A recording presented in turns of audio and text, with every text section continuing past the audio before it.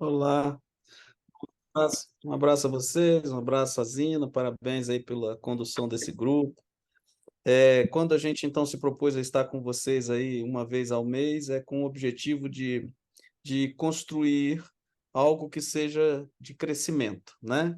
Então, a gente nunca pode vir para a palestra de hoje sem lembrar o que a gente vem construindo, senão fica apenas como mais uma palestra, para alguns vai ser útil, não vai ser.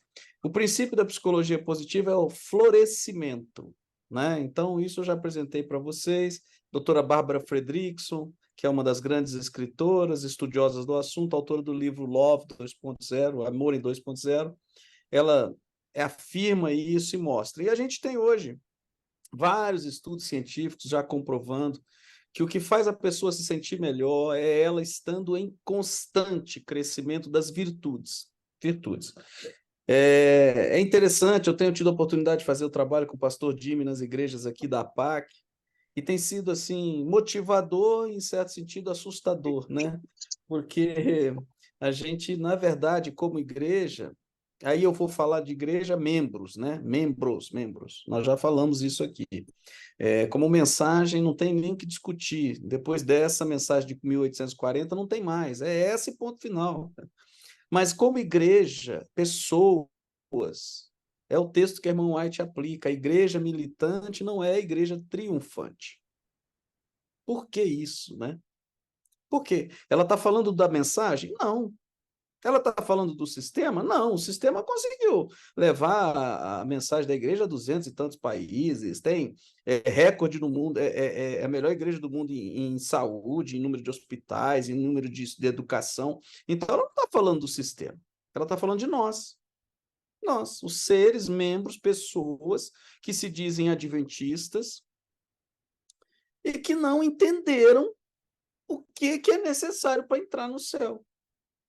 Esse é o que é o grande desafio que eu e você temos que ter, né? Ela deixa claro, a mensagem da igreja Laodiceia é para a igreja cristã, não é para a igreja não cristã. E quando ela fala igreja cristã, ela não fala se é protestante, se é católica, se é espírita, não fala.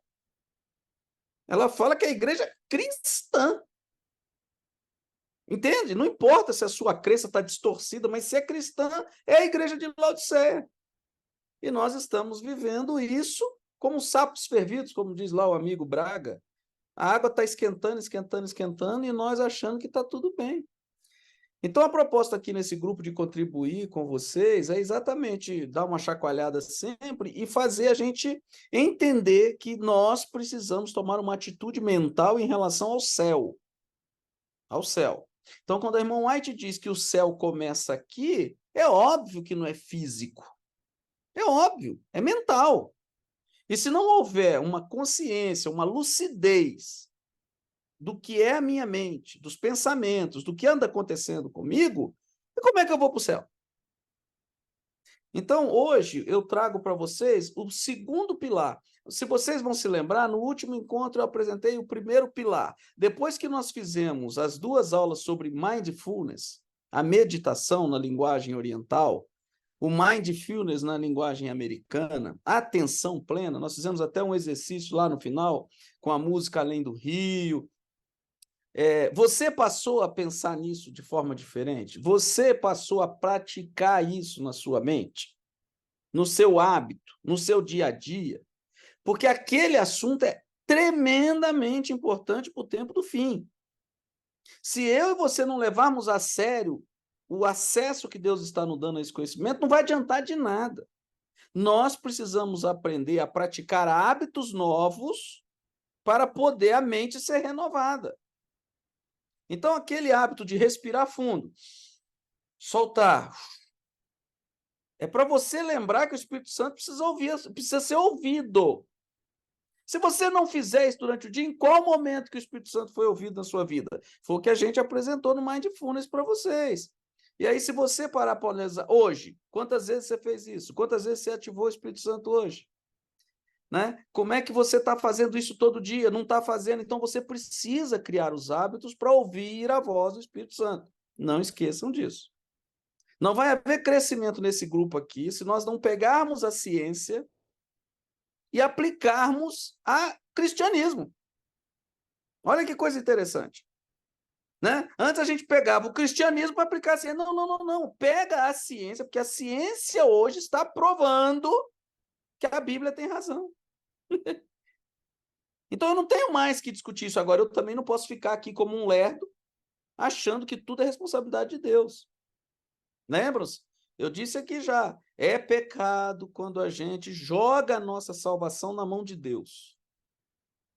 Né? Não tomarás o nome do teu Deus em vão. Então, quando eu viro e digo, se Deus quiser eu vou para o céu, eu estou pecando. Pecando. Em momento algum na Bíblia está escrito que Deus não quer eu e você lá em cima. E quando eu faço isso, se Deus quiser, eu estou fazendo o quê? Tirando a responsabilidade minha. E isso é satânico. Isso é da natureza herdada. Jogar sempre para os outros a responsabilidade. Então, vou reforçar com vocês sempre. Estão fazendo o quê? Que passos estão dando novo na sua vida? Que atitudes novas, que hábitos novos você está fazendo? Então, no último encontro, nós falamos de emoções positivas. É o primeiro pilar para uma vida de bem-estar subjetivo. E isso é ciência. Né? E um dos textos da irmã White falava que a tristeza traz um monte de doenças ao corpo. Não sei se vocês se lembram. Então, o cristão verdadeiro não tem o direito de viver triste. Agora, veja bem, não quer dizer que ele não pode ter um momento de tristeza, porque recebeu uma notícia de um amigo que morreu, de um pedido de oração porque a pessoa está com câncer. Beleza. Agora, isso é apenas um estado mental de passagem. Porque logo em seguida tem que vir à mente do cristão o quê? Tudo posso naquele que me fortalece. Então, tenha tristeza, mas tudo posso naquele que me fortalece. Tenha tristeza, mas Jesus disse, tem de bom ânimo.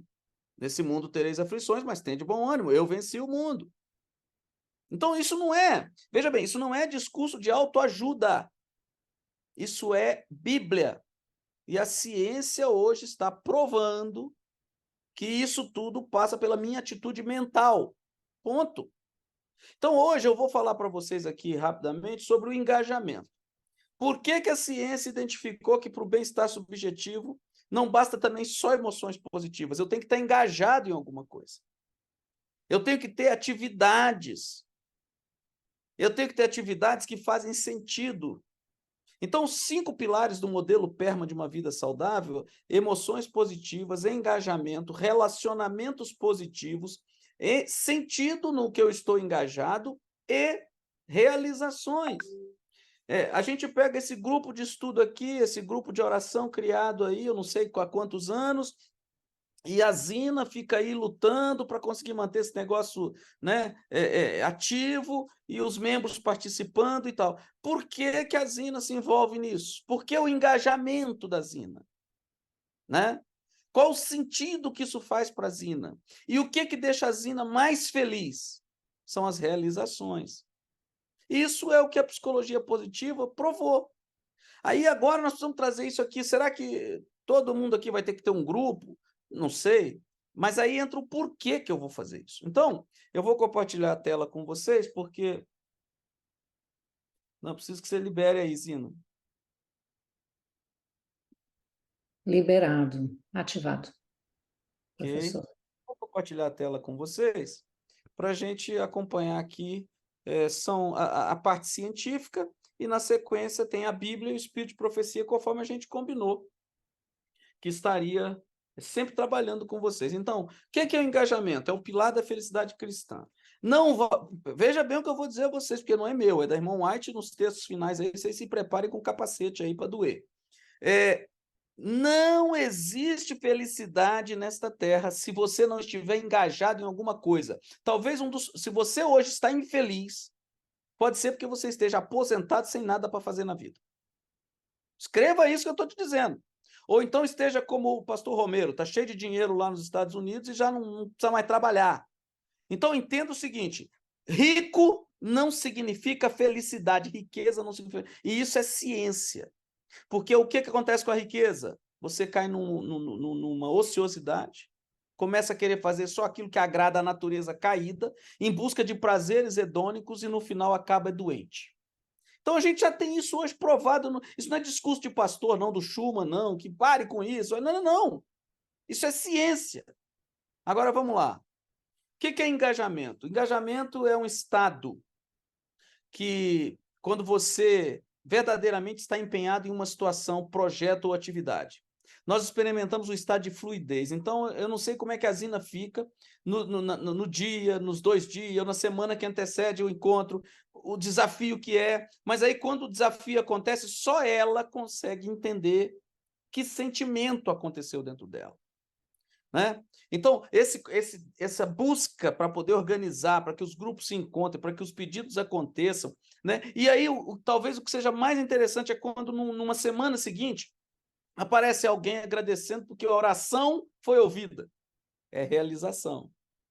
Então, quando você está engajado em algo que faz sentido para você e você vê a realização, é que faz você sentir o estado de subjetividade de felicidade. Então, entende? Não adianta você viver uma vida sem estar fazendo algo, porque você só vai sentir esse prazer se você ver o resultado de algo que você se empenhou. Então, quem é o criador desse conceito de flow? É o Csikszentmihalyi. Ele é um dos coautores da psicologia positiva, junto com o Mark Seligman.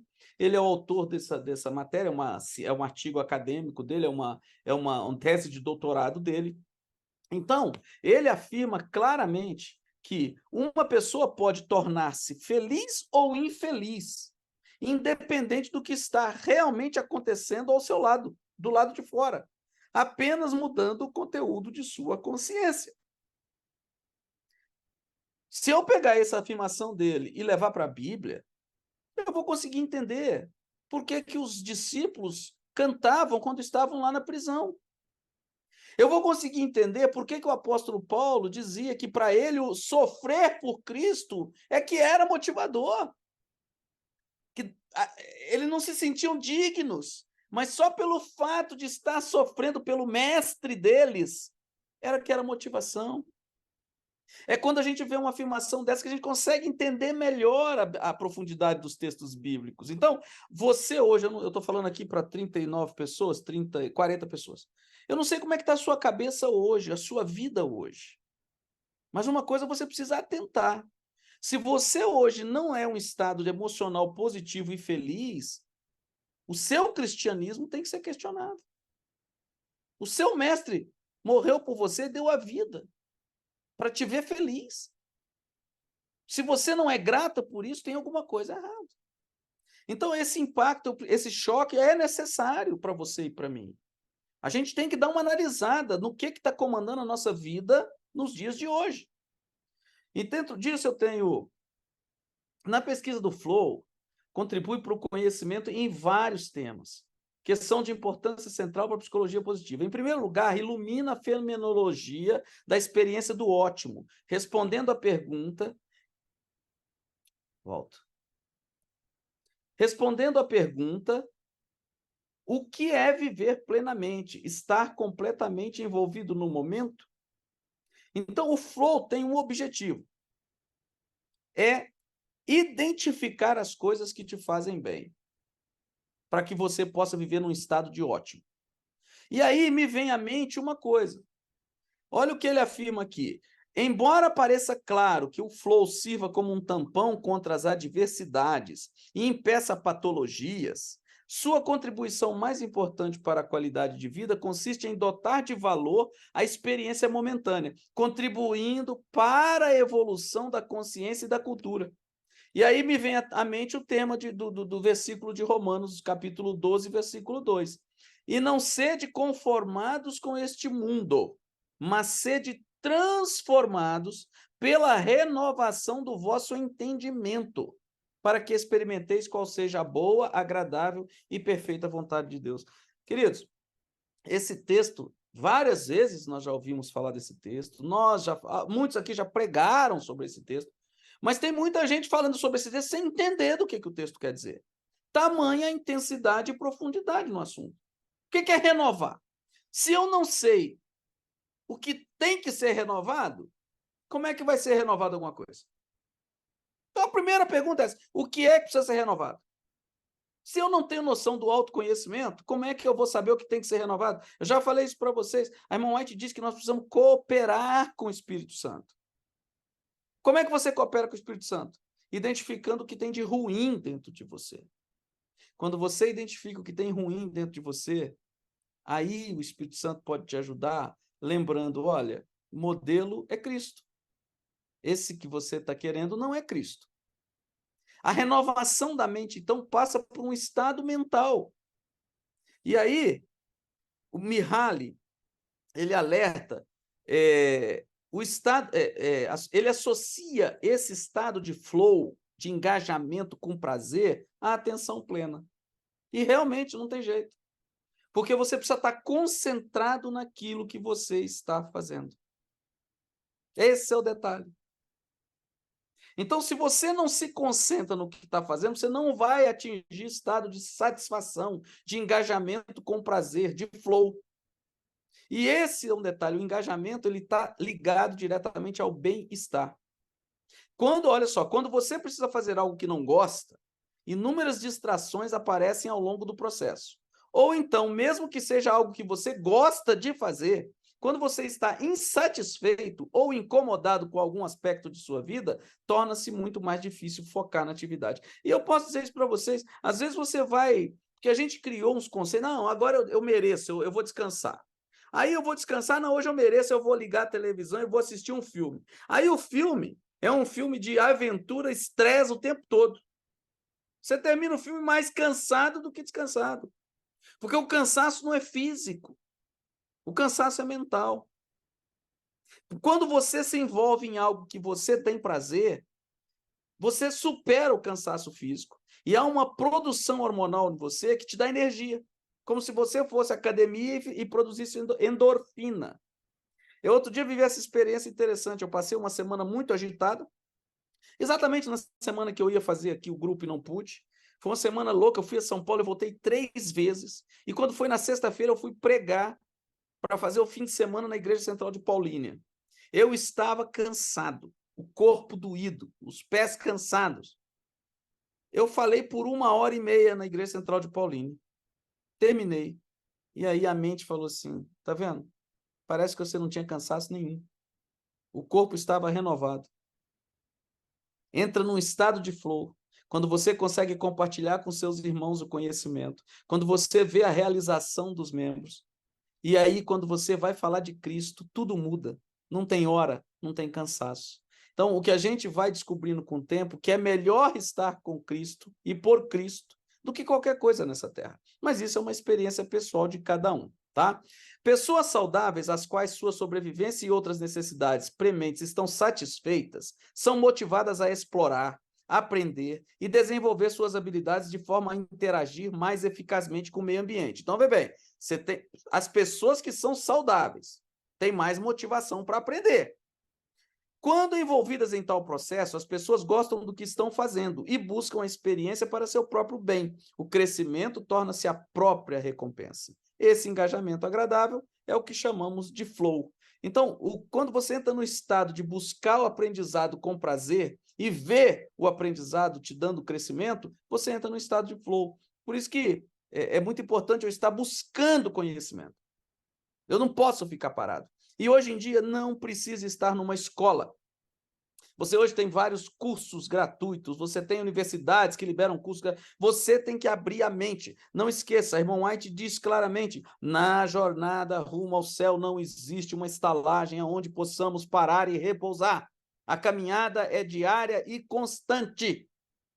Então, é necessário o crescimento para que o florescimento ocorra e a natureza do céu se desenvolva. Então, olha só, o Csikszentmihalyi chegou à conclusão, depois de estudar, e como é que ele chegou nessa tese de doutorado dele? Foi entrevistando pessoas de várias atividades esportivas, jogador de xadrez, alpinista, pintores, dançarinos e outros. Esses enfatizaram que o prazer principal era o motivo para exercer uma atividade. E aí, então, ele chegou à conclusão de quais as condições para que o flow, esse estado de envolvimento e engajamento, seja prazeroso. E ele chegou à seguinte conclusão, inclui perda de autoconsciência reflexiva, ou seja, perda de consciência de si mesmo como um ator social. É quando você começa a fazer algo que você perde a noção do tempo, de tão prazeroso que é. Sensação de que está no controle de suas ações, Isto é, uma sensação de que se pode, em princípio, lidar com a situação, porque sabe como responder a tudo o que pode acontecer. Então, se você não está numa situação de estresse não vai acontecer flow. Numa situação onde você não tem controle da situação, não vai acontecer flow. Numa situação em que você é pego de surpresa, não vai acontecer flow.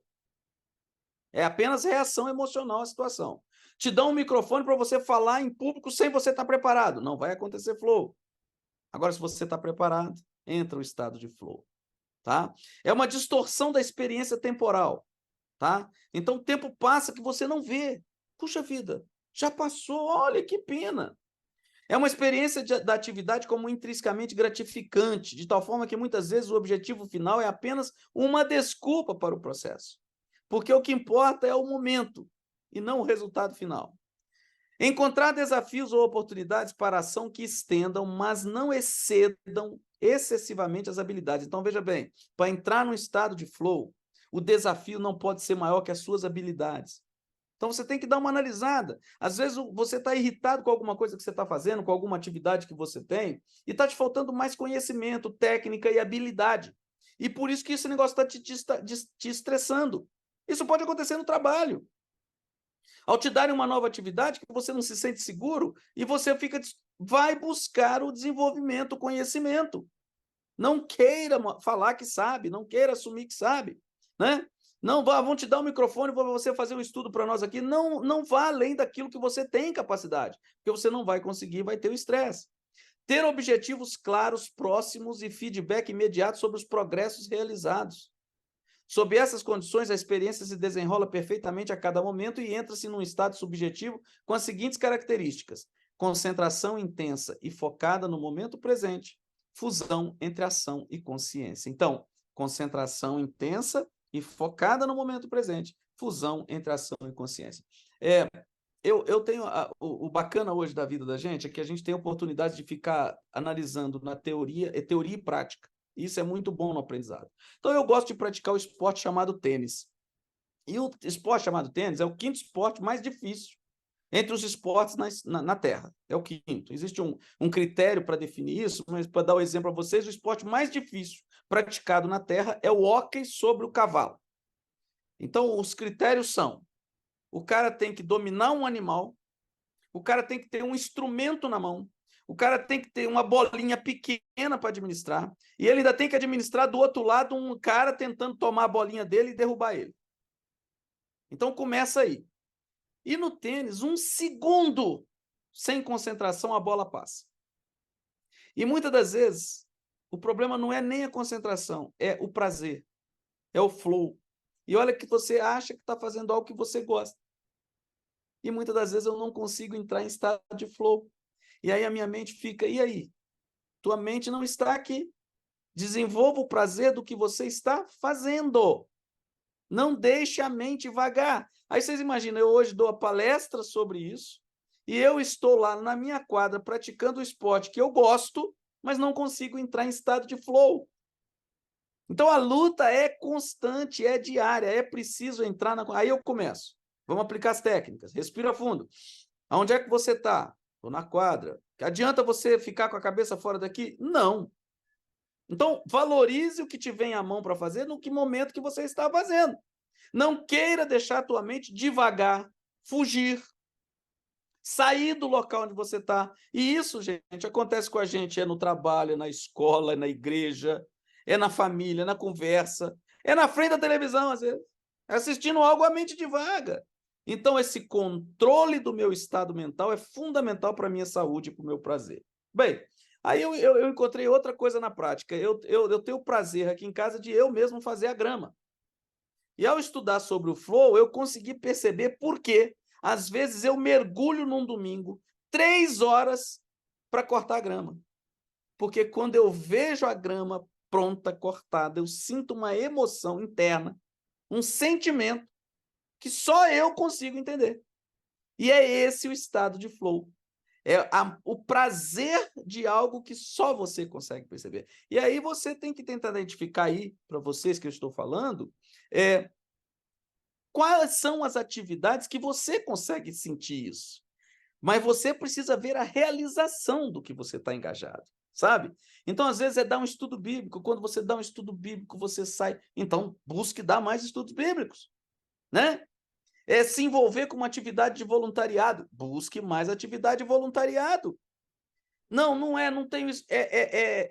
Cortar a grama da tua casa. Faça isso e não faça pelo prazer, porque vai dar a você uma sensação sensacional. E aí, ao contrário das expectativas, o flow pode acontecer quando estamos a desempenhar uma tarefa que requisita grande parte das nossas capacidades físicas e psicológicas, ficando o praticante totalmente absorvido pela atividade. O estado de flow caracteriza-se pela sensação de perda de consciência, sensação de controle total, elevada concentração e atenção, prazer na própria atividade, uma sensação distorcida do tempo, dificuldade da atividade é igual ao ou ligeiramente superior às capacidades do sujeito. Isso é um estado de flow. Se a atividade for mais do que você tem capacidade, você não vai atingir o estado de flow. E aí, ele diz que esporte, jogos e outras atividades fornecem estruturas de metas e feedback que fazem o flow mais provável.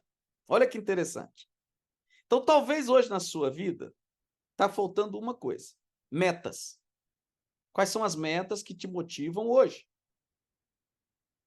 Eu tenho dito nas minhas palestras por onde tenho andado, eu e você, como adventista do sétimo dia, temos que ter uma meta que tem que ser renovada todo dia de manhã. Desenvolvimento do caráter do céu. Desenvolvimento do caráter do céu. É a única coisa que você e eu vamos levar para a eternidade, o caráter.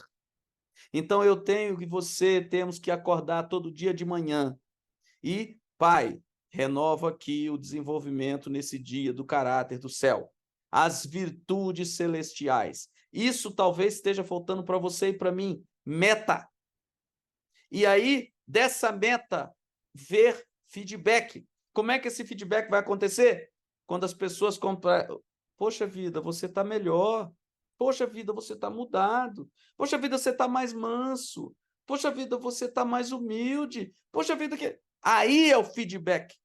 Aí você não se autoelogia, não, nem agradece. Não, que o irmão White diz que esse tipo de elogio é para trazer a natureza satânica, o ego. Mas você diz assim, Deus, é bom sinal. Ainda estou longe, mas a meta tem que ser renovada todo dia.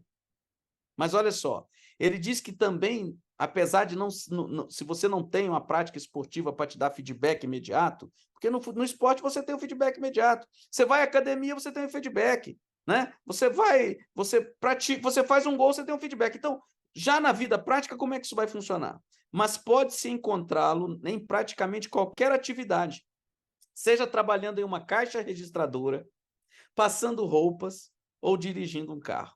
Caramba! Olha só, é a subjetividade de desafios e habilidades, não uma objetividade, que influencia a qualidade da experiência de uma pessoa. E aí, quando eu li isso aqui, me veio à mente um texto da irmã White, quando ela diz assim, as nossas irmãs, em vez de ficar reclamando porque estão lavando louça, deveriam agradecer porque tiveram comida para cozinhar. Percebe? Deveriam agradecer porque tiveram comida. Se está lavando louça, é para ser uma atividade de prazer. Grato porque tem comida nessa casa. Porque a viúva de Sarepta lá, não é isso? Não tinha nada. Teve que chegar o profeta para poder botar comida na mesa dela. Entende? Então tem coisas, a gente vai percebendo e amadurecendo que realmente é um estado mental de como eu vejo a vida, não é? E aí, aqui eu tenho quando ele afirma isso aqui, eu lembro de Ayrton Senna. Quando a atenção é completamente absorvida pela tarefa executada, o indivíduo alcança um estado ordenado da consciência. Pensamentos, sentimentos, desejos e ações estão em harmonia. A experiência subjetiva é tanto diferenciada quanto integrada. Qualidades que definem um fenômeno complexo. O Ayrton Senna, numa entrevista, ele disse que chegou um momento na pista de Mônaco, que é a pista de Fórmula 1 mais difícil, porque o carro passa a milímetros com o pneu do guarda-reio e da parede. Ele disse que ele chegou um momento que parecia que ele era o carro, de tamanho estado de envolvimento entre ele e a máquina. E ele se sentiu até perigo. Ele diminuiu porque ele já parecia que ele não tinha, era ele o carro. É esse o estado de flow que a gente atinge. E aí eu entro na parte bíblica e os textos da irmã White. Então tá. Então, estado de flow é um engajamento em algo que faz sentido para mim, mas que me faz fazer com prazer. E o estado de prazer não é só fazer aquilo que eu acho que é bom. Tem que ter valor subjetivo nisso.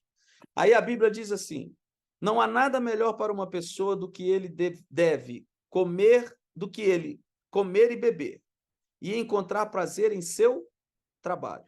Então, não há nada melhor para uma pessoa do que comer e beber e encontrar prazer em seu trabalho, gente. Isso também eu vi, é da mão de Deus. Você já tinha parado para ler esse texto desse jeito? Porque você pode estar reclamando do trabalho que tem, do desafio que tem na grande cidade, ter que pegar metrô cedo. Faça pelo prazer de ter o trabalho, que você vai superar os desafios dessa terra.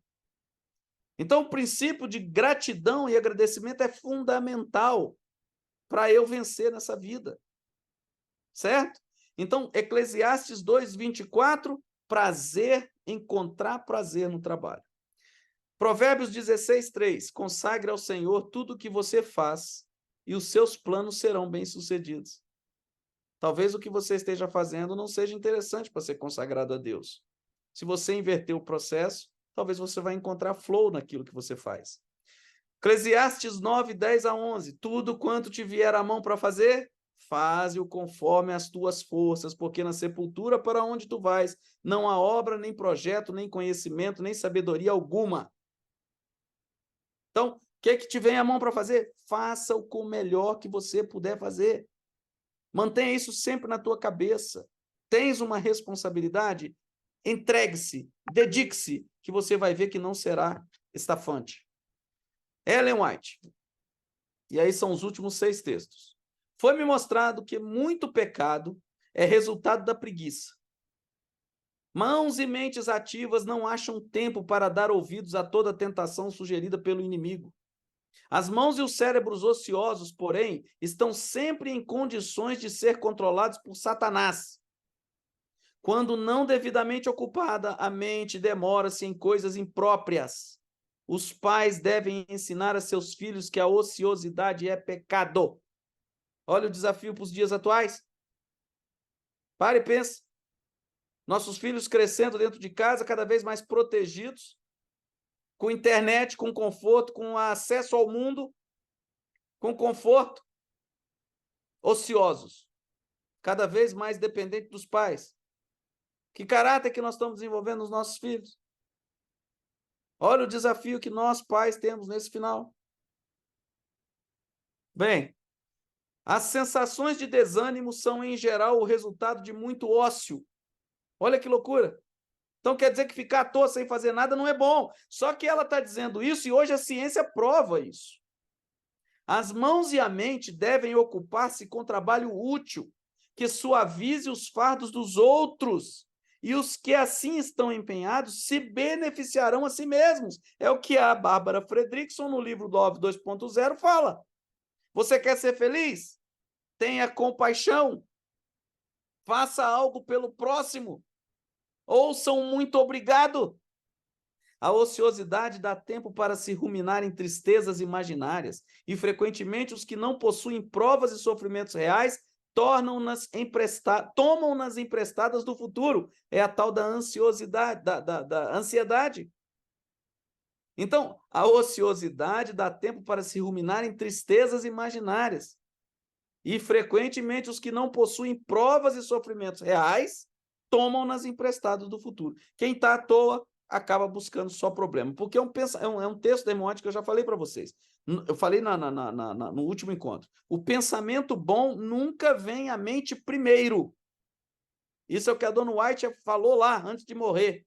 E se você parar para pensar, é isso mesmo, né? Aquilo que eu digo a você. Se o seu telefone tocar agora e aparecer aí que é sua mãe, seu pai, seu filho, e ele não está com o hábito de ligar nesse horário, primeiro pensamento que vem à mente, não é bom. Não é bom. Meu Deus, o que aconteceu? Aconteceu alguma coisa. Está me ligando por quê? Né? Não passa pela tua cabeça, que benção, meu filho está me ligando para me desejar uma boa noite. Não, não. Já de cara vem, tem problema aí. Trabalho bem regulado é essencial ao êxito de cada jovem. Deus não poderia haver infligido maior maldição aos homens e mulheres do que condená-los a viver uma vida de inação. A ociosidade destruirá a alma e o corpo. O coração, o caráter moral e as energias físicas são enfraquecidos. Sobre o intelecto e o coração é aberto a tentações como um caminho franqueado para cair em todo vício. O homem indolente tenta o diabo a tentá-lo a ele. Olha que loucura! Medicina e Salvação, 1871. O homem indolente tenta o diabo a tentá-lo a ele. Vocês imaginam? Você imagina a gente pode ter a capacidade de tentar o diabo? É só ficar ocioso. É só não estar envolvido com nada. É só não pensar no próximo. Daqui a pouco é só você e o seu egocentrismo cada vez maior. E aí tem um detalhe.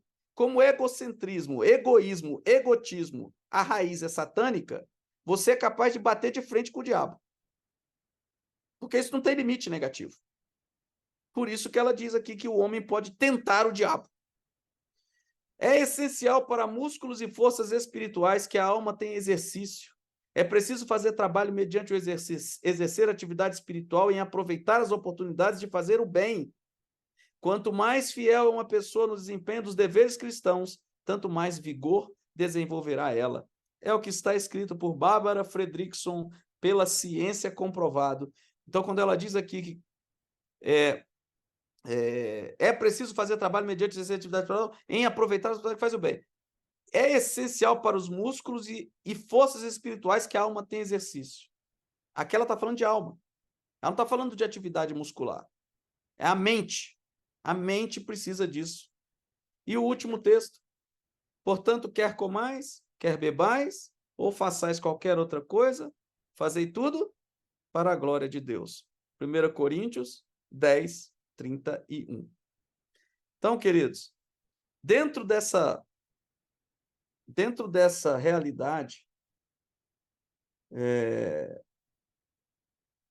a gente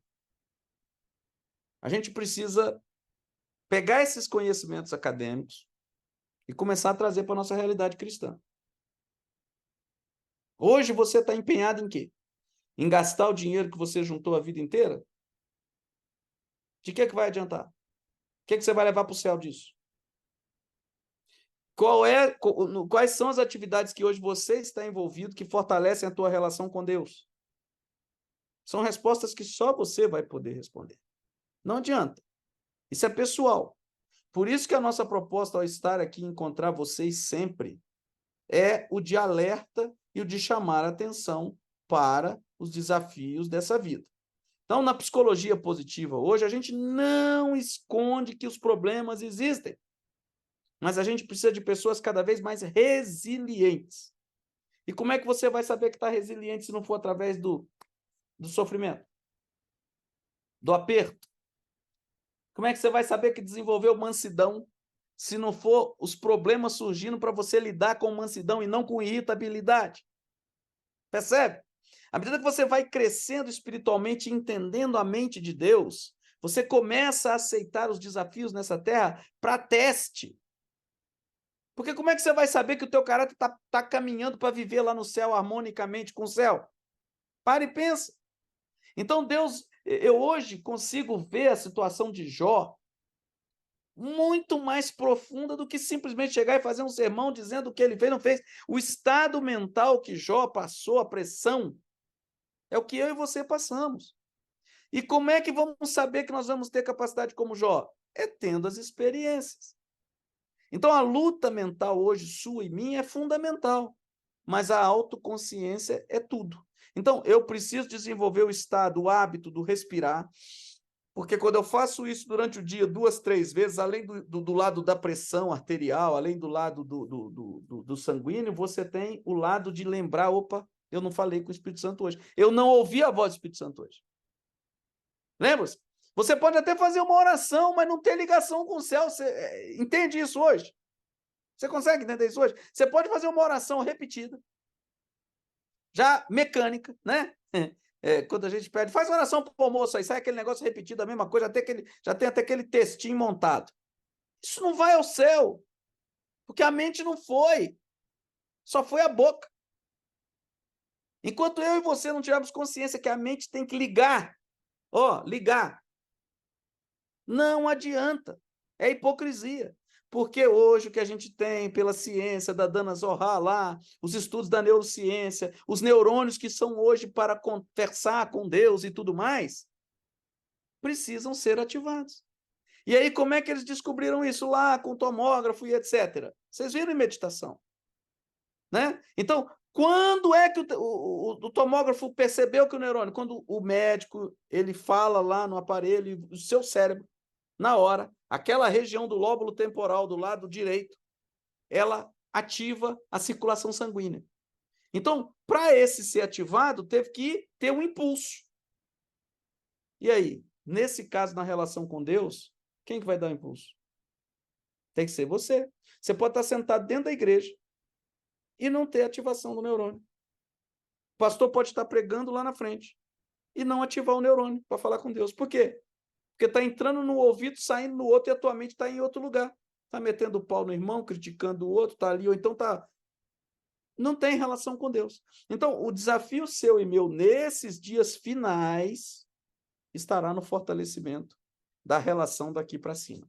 E aí, hoje, é muito interessante o que está acontecendo aí, pastor Schumann, pastor Romero aí, que são dois pastores aí que têm umas suas responsabilidades. Por causa da neurociência, por causa dessas descobertas que não tem jeito da ciência fugir da realidade, por causa da descoberta, então, dos neurônios que ativam mediante a relação com o céu, eles, né, cientista não nega as descobertas. Então, a primeira coisa hoje, nós não negamos a existência de que a transcendência faz bem para as pessoas. Então, é ponto 1. Então, para a sua vida de saúde hoje, transcendência é importante. E isso hoje não interessa. O teu médico pode ser um ateu, que ele não vai poder ir contra a ciência. Está provado que transcendência traz saúde, traz vida, traz virtude. Ponto 1. Só que aí o que a neurociência criou agora? Criou a neuroteologia. E olha que coisa interessante, é muito bacana. Lembra, eu apresentei para vocês lá no atrás. A verdadeira ciência ajuda a provar a existência de Deus. A irmã White fala claramente isso.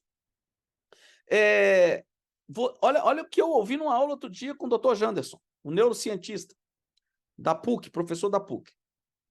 É possível um ateu ser espiritual? É.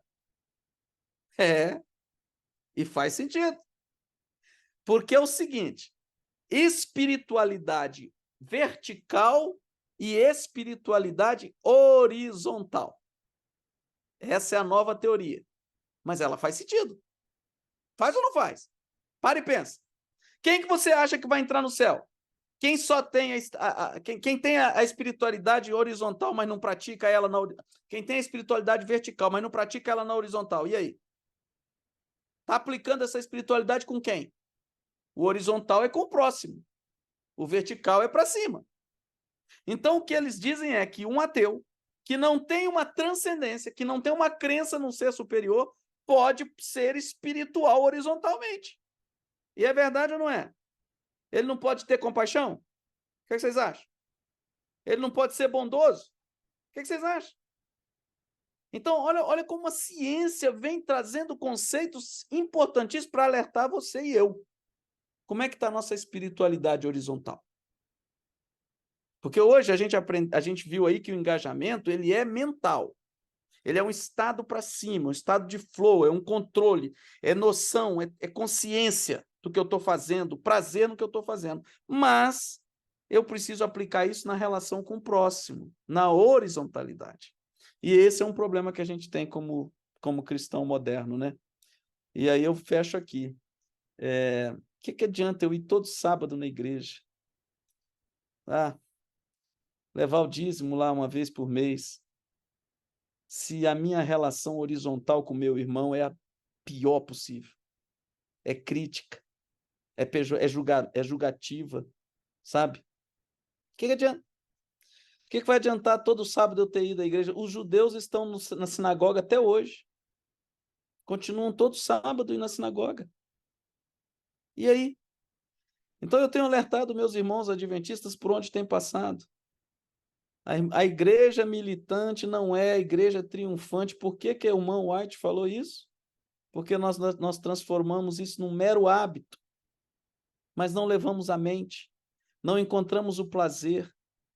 Por isso que no sábado eu estou na igreja, às vezes eu quero que o relógio passe, que eu quero ir embora, está dando a hora, porque eu não encontro o prazer de estar ali, porque a mente não está ali.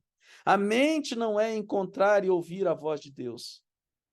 A mente está ali para ser agradada ou se agradar, só isso, né? Então fica aqui a lembrança para vocês. Vocês se lembram lá na aula de meditação número 1, que nós fizemos 2. Eu apresentei para vocês o mantra do budismo, né? Do budista lá, do monge do budista que estava lá na frente do prédio lá, e o cara, o pedreiro do outro lado. E aí o pedreiro olhando para ele lá, e ele percebeu que o pedreiro estava olhando para ele, ele com aquela roupa dele, com aquela beca, com aquela cabeça raspada. E aí ele começou a mentalizar o mantra. Eu quero que você seja feliz. Porque se você for feliz, eu serei feliz. E ele começou a mentalizar isso. É um mantra deles, de renovação do pensamento, olha só. E ele disse que naquele momento o pedreiro do outro lado começou a rir e olhar para ele sorrindo, fazendo uma interação, não é? Sabe, talvez o que falte para você e para mim ao entrarmos na igreja hoje é ter isso na mente. Eu estou aqui para ver o meu irmão feliz, para fazer as pessoas felizes. Eu estou aqui para fazer a minha esposa feliz, o meu marido feliz, o meu filho feliz. Porque quando eu começo a olhar para o próximo, eu tiro de mim o centro, eu, eu diminuo o egocentrismo e eu posso dar uma chance para o Espírito Santo falar na minha vida. Então, que Deus possa abençoar você nesse processo desses encontros de crescimento. No último encontro, emoção positiva. Lembra, o cristão não é positivista, o cristão é positivo, é diferente. O cristão tem ânimo. Nesse mundo tereis aflições, mas tem de bom ânimo. Ânimo é um estado mental positivo. Não importa se a vida está lhe dando dores, doença, não interessa. Porque eu e você sabemos que ele disse que aqui teríamos aflições, mas com ânimo venceremos como ele venceu. Amém? Que Deus possa abençoar vocês. Não sei se tiver alguma pergunta aí, Zina, que a gente não abriu isso, né? Mas a gente pode responder alguma coisa se existir alguma dúvida. Alguém tem alguma dúvida, alguma pergunta sobre o tema exposto? Eu acho interessante essa interação aí, Rossard, entre a ciência, a espiritualidade e a saúde mental que nos traz. A minha esperança é que essas palestras nos levem, né, a uma autoanálise, de um autoconhecimento para uma transformação. É isso. Eu tenho uma pergunta aqui. Sim, pastor César. Não, é só o seguinte, ele fala aí uma coisa importante, a consciência. Agora, a consciência há dois aspectos, né, que talvez a gente tenha que discutir um pouco mais. A consciência como tomando pé da situação, né? E consciência como julgamento moral. Romanos 2, 14 a 16, fala que muitos vão ser salvos pela consciência. Não conhecem a lei, mas a consciência serve de lei. Então, esse é um tipo de consciência. Agora, me parece que a consciência que o doutor está falando é tomar a situação, né? Ter contato com a situação. Perfeito, pastor. O senhor só veio corroborar com o texto da irmã White que lá no céu nós teremos muitos que nem conheceram a Jesus. Perfeito? Talvez porque eles tenham tido uma espiritualidade horizontal, voltada para o próximo. Como ele veio e morreu por nós. Ele só veio aqui por causa da gente, ele não veio por causa dele. Então, esse entendimento racional é muito importante, pastor. Muito importante. Porque não é a religiosidade que vai me levar para o céu. É o cristianismo que vai me levar para o céu. Esse é o desafio que nós, como cristãos modernos, adventistas, precisamos rever no nosso conceito religioso. Perfeito, pastor César. É isso aí mesmo. Deus se revela, pela revelação, nós temos 4 maneiras, né?